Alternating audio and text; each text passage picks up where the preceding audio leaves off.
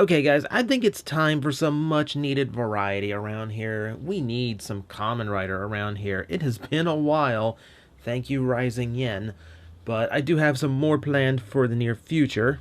For now, however, we're looking at something that just came in. I couldn't wait to talk about this one. We have before us Kamen Rider Ghost, Grateful Soul, from the Ghost Change line. This is not the figure art. This is the gimmick line of the year, which I'm more inclined to review these days because they do a little bit more and they tend to have some uniqueness to them. And hey, they're actually looking pretty good these days. So yeah, what we have here before us right now is in the Ore Soul form, and it looks fairly okay. One of the things that kind of struck me about this line was they tend to look a little bit poofy in the arms and the shoulders because of the Ghost Parka gimmick, and this holds true, but it's not as bad in person as I feared.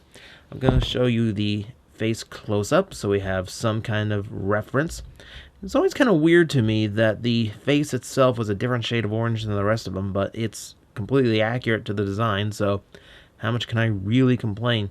So what we have here is black lenses for the eyes, painted actually, and the actual lens, the see-through part, is actually the rest of the face, which is kind of Ghost's thing, and it does create this interesting look. You can still see that segmented molding underneath too, so it does still hold to some tradition, even if it does things literally backwards. And then you have the silver horn with the blue streak painted up all the way up the side. Looking at the rest of the details, everything is trimmed in a very bright shade of orange. This plastic itself, much softer, so it does have plenty of room and give, just for all your articulation needs, as well as getting it on and off. In the center, you see the ghost eye symbol, which is hidden behind a translucent shield of musculature, which I always thought was a weird look in the show, but it does give him more of a ghostly aura, I guess, so it kind of works. And then toward the center, of course, the ghost driver stuck there in the middle. The molding is very small on it, but if in person it's not too great on the camera, you can actually make out that grin molded underneath. More importantly, it does leave out the cut for the eye, not painted in there. At least the handle's painted. This is where the low budget starts coming in. And then you've of course got all the orange lines, very Tron-esque, going all the way through the bodysuit, all the way down to the feet. It does always have this unique design to him. I've noticed that Neo Heisei riders, they always go for something that's contrary to what a Kamen Rider typically is. They seem to defy tradition and create something of their own. Yes, I've seen X-Aid. This is what I'm talking about. For what this is, though, it's fairly decent looking. Of course, the figure art definitely looks better, and of course, there's some inaccuracies because of the gimmick of this toy, as well as a few other little things here and there. But it's not a bad look. It definitely does stand up as a decent representation of Ghost in his standard form. For the articulation rundown, the head is ball-jointed, so it moves left and right, up and down. And it's going to restrict a little bit against the parka, but the joint is tight enough and the plastic of the parka is soft enough to actually hold a position. So you do actually have a decent range there. The shoulders, this is where the parka kind of gets in the way. It does lift out of the way, but that does create this weird look to it. While the shoulders are universal and have plenty of range of motion, you do have to get this out of the way, and it looks more like, armor coming off rather than an actual, sleeve, which is a little unfortunate, but what can you do? It's not a cloth figure, it's solid plastic. Bicep rotation all the way around, 90 degree at the elbow, wrists rotate, and then you have the old two-hinge finger thing, where 2 fingers on one hinge, 2 fingers on the other, which do allow you to clasp down onto any accessories you might have for this series or other series, since it's a pretty standard part on all of them. See, what else do we have? We have a waist rotation that works pretty well. The belt's kind of free floating, but you'll see why here in a bit. Thigh works pretty well. It's ball jointed, works all the way around. No, it's not ball joint, it's universal joint. Wow, okay. Whatever, it still works all the way. And again, the parka, soft enough to actually give away when you need the articulation to go there. Knee bends to the 90, you have a thigh swivel, And then you have what I know is a ball joint, rocking the ankle and rotating it in all directions. Plenty of articulation on this little guy. So, no accessory count because, well, pretty much everything he does is all about the gimmick. And the gimmick, of course, is actually swapping over from Ore form to I almost went to the Japanese, Grateful form. So, first off, we remove the helmet, and then we remove the parka itself.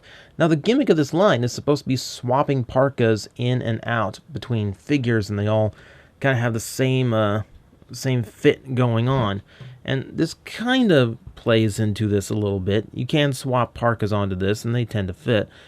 And this does have the articulation to bring the little straps down to work his arms, but there's no way to actually attach the head to actually make this look like the ghost floating around. It's not quite fully featured as far as this gimmick line goes. It's pretty much just there for the form change feature. So, hey, at least they tried, I guess. So, let's see. Again, we gotta get some kind of transformation in at some point in these reviews, I guess, don't we? Okay, so a lot of this comes down to part rotation, which we're going to start by doing the arms. And this is the scary part because, okay, so we need to rotate these all the way around just below the elbow, and it's a pretty tight rotation. I actually, from experience and from other people, I know that these elbows on these inexpensive figures, the gimmick line, these tend to be the breaking point. These tend to be the most fragile bits on the toy. So this is a really not a comfortable little point of motion for me. I'm trying to hold the joint together while I twist. That way I'm trying to minimize the torque on the hinge itself. But once you have them rotated around so the gold lining faces outward, we can rotate the arm guards from the back to the sides. So we have that in place. We'll go down to the legs where we gotta rotate, well, I gotta rotate everything around. This is gonna make things hard to see because this big hunk of kibble is gonna get in the way. Now, yeah, in the actual Ore form, this just hangs off his butt. I will tell you right now, it's on there with just a little hinge and some very small little nubs. So it's very easy to remove, set this aside so your Ore Soul form actually looks a little bit more decent, and it clips back on very easily, just like that. But for now, we're going to stick true to how the toy works, and we're gonna just go with it as it is. I'm going to rotate those hip panels up, and from here, all this has to rotate around again. So knee outward. Make sure all this is lined up correctly. You'll see the gold lining up front again. Of course, main concern: get the guards up in front of the knees, and the other panels out to the sides. Alright, so that out of the way, we've got the armor to do now. The armor itself, double hinge, flips up like so, and the helmet is supposed to like have a hinge point where you can like slide down, but you can't actually attach the helmet on and get that effect. So you have to put it on, flip it up, then flip it down, and that creates your full effect. And that completes your change from Ore form to Grateful. And this is absolutely beautiful. Of all of these types of forms, I call these Captain Planet forms because it's all powers combined. This is probably my favorite looking one of the batch. I do like how the details are kept just to the sigils of each soul, and the gold and the black is so prominent that it kind of mutes them out a little bit. You know, and most of them do tend to be a little bit more out of the way. So while it's a very colorful and busy design, you still have a lot of element to it that still maintains it and makes it look a lot more solid. Here's a close-up of the head. It's a very busy head. Blues and reds and golds and blacks and silvers and greens. And it does look very, very colorful. But I love the look of it. I absolutely love the look. It does have a little bit of Musashi up top. You can see the blade sticking out, just like he has in his Musashi form. That kind of is appropriate, since it's his main go-to icon. Definitely like the look. And now the eyes are gold and much more close to a standard Kamen Rider with the segmented eyes rather than the segmented face. that we saw in the previous form. So yeah, as you can see, the gold has pretty much taken over the toy, and it is lavish in gold, and it is that Bandai gold I love so much. People wonder, why do you keep calling it Bandai gold? It's just gold paint. It just has this shimmer to it that looks so much nicer than this standard stuff I see on American toys. There are some weird spots where, of course, if you turn it around, he does have a Ghost Driver hanging off of his butt now. I will accept that over a big hunk of armor hanging off his butt. And you do have some extra orange lines, but for the most part, all the details going on in the front. And now this is the part where we get to do a memory test of which icons can you remember. Can you remember all of the luminaries? Okay, so we've got Musashi, of course, front. We look over here, that is Newton, and we have Billy the Kid and Beethoven. Around the other arm, we have Edison, Nobunaga, and keeping with Spectre's Tutankhamen. Now, let's see. Let's go to the other leg first, and we'll go with Benkei and Himiko, Ryoma, and Grimm. And now we look to the other side, and we see Houdini, Goemon, Robin Hood, and Sanzo. Woohoo! I can remember my historians. They all look very nice. They're all tampographed on, so they do have a very clean look to them. They do, and they do provide this like nice pop of color all around. It's just, I do think like between the black and the gold, it's it strikes you very much as a black and gold design. It's very Blade King, but those pops of color do really help it out. Even though he does tend to look a little bit busy. For articulation in this form, now that we can actually look at some added detail, well. You've got, well, we'll get to this here in a bit. We do have the shoulder itself, which again, you have this on a ball joint, but because of this downward panel, as well as just the general lack of range in the ball joint, the arms don't have quite as much motion as they used to, so a little bit of limited posability there. And all the other arm joints work. Waist joint still works, and now you don't have a big hunk of kibble trying to float around with it.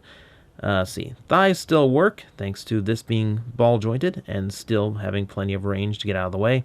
And then everything below the knee also works just fine. So he pretty much has the same articulation, except for the head. The head being on this hinge, and unfortunately, even though it is also on a hinge, you could probably pop the face mask off. The face mask does not have any like hard way of connecting to the head, meaning you're pretty much stuck and he's got no head articulation in this mode. That's a bummer. Also, we're going to go ahead and show you. Yeah, kind of simple on the Grateful Driver, but hey, it's there. It does look decent enough. One other fault worth mentioning on this figure is the armor itself. See, the way all of this works is he's got these little tabs and slots on his shoulders where everything is supposed to tab in, but well, all this figure can do is tab into the little slots on the front, meaning when I attach this, there should be enough friction to hold it in place, but there generally is not. It's a very loose connection. If you move the arms a little bit too fast, or if you move them too far, or if you just kind of nudge things the wrong way, the armor does tend to pop off. I really wish there was some way of securing that, some little extra latch or hinge that kind of clipped over onto those back slots, but unfortunately not. And it does lead to a loose connection, which spoils what is otherwise a fairly solid gimmick figure. And still, yeah, I'm still trying to hold it in place now. So that is Kamen Rider Ghost Grateful Soul from the Ghost Change line. I'll get his little parka and fake head out here just so you can see the whole package. So, yeah, it's an okay Ghost figure with a lot of extra kibble and some inaccuracies because of the gimmick.